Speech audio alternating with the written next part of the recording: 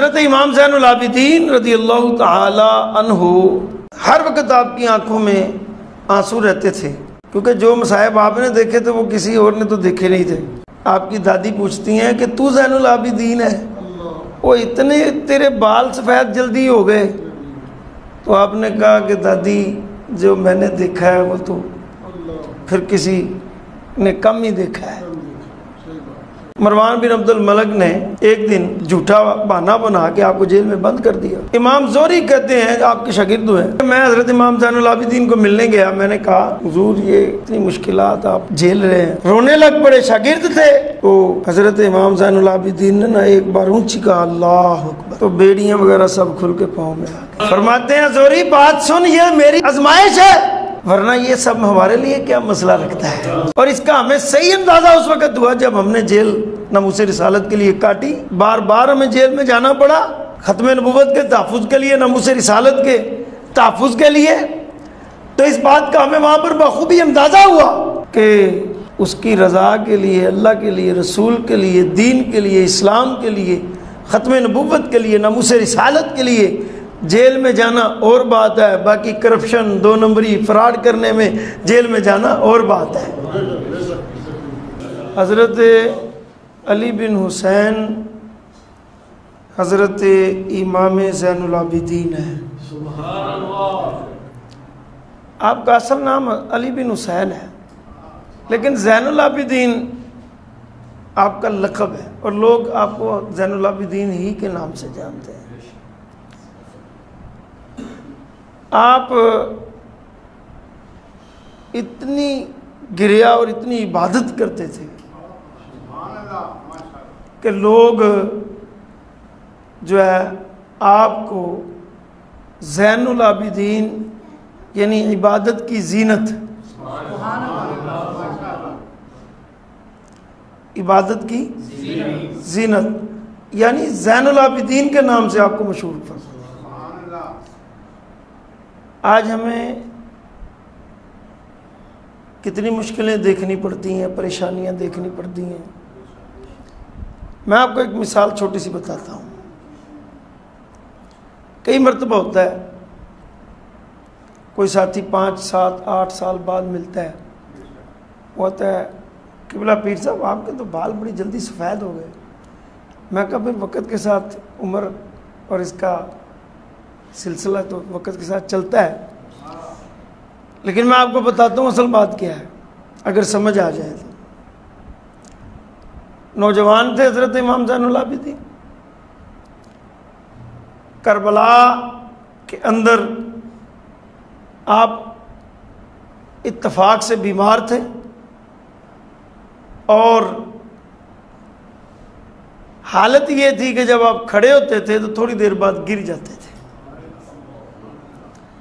जब मेरे और तेरे इमाम हुसैन ने रज़ियल्लाहु ताला अन्हु जाने का इरादा किया मैदान में और लड़ने का इरादा किया, तो आपने कहा अब्बा जान मैं जाऊंगा। तो इमाम हुसैन रज़ियल्लाहु ताला अन्हु ने फरमाया कि नहीं, तू बीमार है, तू नहीं जाएगा। तो इमाम ज़ैनुल आबिदीन कहते हैं ये मेरे होते हुए कैसे मुमकिन है कि आप चले जाएं। लेकिन आपको इजाज़त ना मिली। तो नौजवान थे,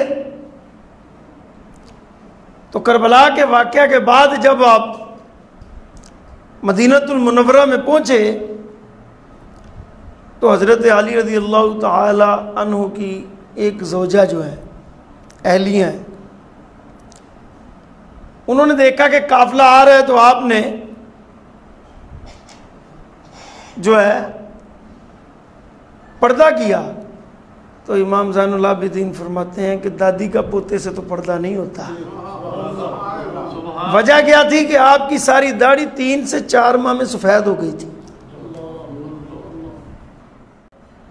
और आप जब मदीनतुल मुनव्वरा में आए तो आपने कुछ थोड़ा सा बाहर साइड पे डेरा लगाया। इमाम हुसैन रज़ियल्लाहु ताला अन्हु की 61 में शहादत हो गई। तो तकरीबन 4 साल कमोबेश यजीद भी जो है वो बादशाह रहा और आप भी फिर अपने मुकाम पर तालीम व तरबियत देने लगे। पूरी दुनिया से लोग मदीना शरीफ में जब आते तो हज़रत इमाम ज़ैनुल आबिदीन के पास ज़रूर हाज़िर होते। और आप के पास अकीदतमंदों का इतना हुजूम था कि मरवान बिन अब्दुल मलक बड़ा जालिम बादशाह था, सहाबा के साथ बड़ी बदतमीज़ियाँ करने वाला था, और इसने ज़बरदस्ती मदीनतुल मुनव्वरा की मस्जिद में कब्ज़ा करके वहाँ पर इमाम और ख़तीब हो गया।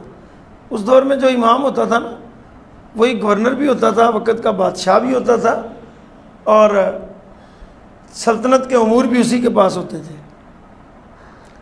ये तो यजीद के बाद बादशाहतें अलहदा हो गईं और इल्म व हिकमत ये हज़रत ज़ैनुल आबिदीन के बाद अलहदा से चलने लगे। तो हज़रत इमाम ज़ैनुल आबिदीन रज़ियल्लाहु ताला अन्हु आप इतना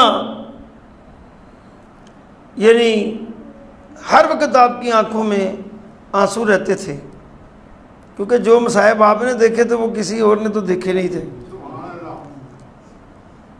आपकी दादी पूछती हैं कि तू ज़ैनुल आबिदीन है, वो इतने तेरे बाल सफ़ेद जल्दी हो गए। तो आपने कहा कि दादी जो मैंने देखा है वो तो फिर किसी ने कम ही देखा है। भाई बाप हैं, चचेरे भाई हैं, तो आप के साथ मरवान बिन अब्दुल मलक ने एक दिन झूठा बहाना बना के आपको जेल में बंद कर दिया। इमाम ज़ोहरी कहते हैं, आपके शागिर्द हैं, कहते हैं कि मैं हज़रत इमाम ज़ैनुल आबिदीन को मिलने गया। मैंने कहा हुज़ूर ये कितनी मुश्किलात आप झेल रहे हैं, कितनी परेशानियां आप देख रहे हैं। रोने लग पड़े, शागिर्द थे। तो हज़रत इमाम ज़ैनुल आबिदीन ने ना एक बार ऊंची कहा अल्लाह अकबर, अल्लाह अकबर, तो बेड़ियां वगैरह सब खुल के पाँव में आ गई। फरमाते हैं ज़ोहरी बात सुन, ये मेरी आजमाइश है, वरना ये सब हमारे लिए क्या मसला रखता है। हाँ, ये जेलें, ये जंजीरें।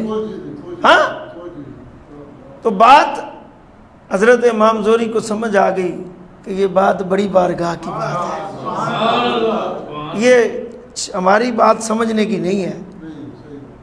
और इसका हमें सही अंदाज़ा उस वक़्त हुआ जब हमने जेल नामूसे रिसालत के लिए काटी। बार बार हमें जेल में जाना पड़ा ख़त्म नबूवत के तहफ़्फ़ुज़ के लिए, नामूसे रिसालत के तहफ़्फ़ुज़ के लिए। तो इस बात का हमें वहाँ पर बखूबी अंदाज़ा हुआ कि उसकी रज़ा के लिए, अल्लाह के लिए, रसूल के लिए, दीन के लिए, इस्लाम के लिए, ख़त्म नबूवत के लिए, नामूसे रिसालत के लिए जेल में जाना और बात है, बाकी करप्शन, दो नंबरी, फ्रॉड करने में जेल में जाना और बात है। तो हक की बात जब भी आती है तो फिर हक वालों की ज़ुबान से ही आती है। दूसरा बंदा दो नंबर हक की बात नहीं कर सकता। अगर वो हक की बात भी करता नजर आएगा ना तो समझ लेना उसमें भी कुछ चक्कर है। हाँ, ये मरवान बिन अब्दुल मलक मस्जिद नबवी के अंदर भी नमाज़ें पढ़ाता रहा। अब आजकल के लोग भी कहते हैं भाई इमाम मदीना है तो उसके पीछे नमाज कैसे पढ़ी ना जाए, काबे के अंदर, हरम के अंदर इमाम है। तो ये तारीख जिंदा मौजूद है कि साहबा ने नमाजें नहीं पढ़ी उनके पीछे जी। तो एक मौका ऐसा आया कि मरवान ने एक गरीब बंदे का माल जब्त कर लिया। वो शिकायत लेकर आपके पास हाजिर हुआ, आपने छड़ी पकड़ी और उसके साथ चले गए मरवान बिन अब्दुल मलक की दरबार में। कहते हैं कि मरवान तू इसका माल क्यों नहीं देता? क्यों ज़ब्त किया?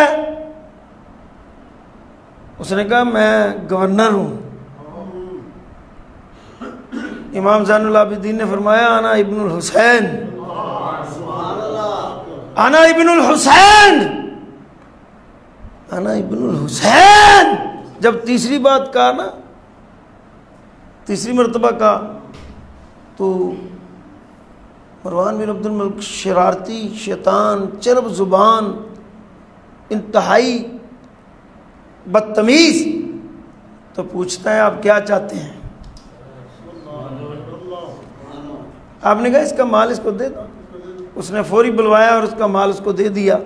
आप वहाँ से निकल आए, छड़ी आपके हाथ में थी, वापस आ गए। तो बाद में किसी ने कहा तू गवर्नर है, तेरे सामने निहत्ता बंदा है, ना तलवार ना खंजर ना कोई नेज़ा, ना उसके साथ कोई चार लोग या कोई ऐसा कोई मसला, तो तू उस एक बंदे से डर गया।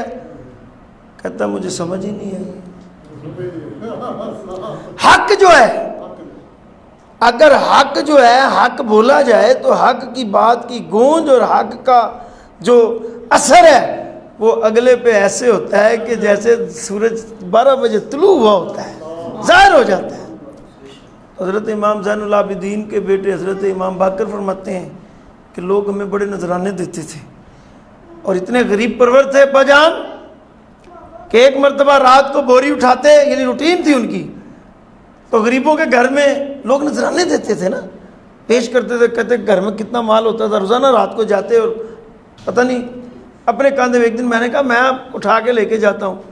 फरमाने लगे तुझे मैं माल दूंगा तो तुझे फिर उसका नाम भी बताना पड़ेगा जिसको देना है, तो फिर उसका पर्दा भी फाश हो जाएगा, तो इससे बेहतर है तू घर में ही रहे और मैं खुद ही दे के आता हूँ। तो बात यह है कि आपके शागिर्दों में बड़े बड़े लोग हुए, आपने बड़े बड़े लोग तैयार किए। हज़रत इमाम हसन बसरी आपके शागिर्दों में, जो औलिया कामिलीन में, ताबीन में और भी बेशुमार आपके शागिर्द हुए।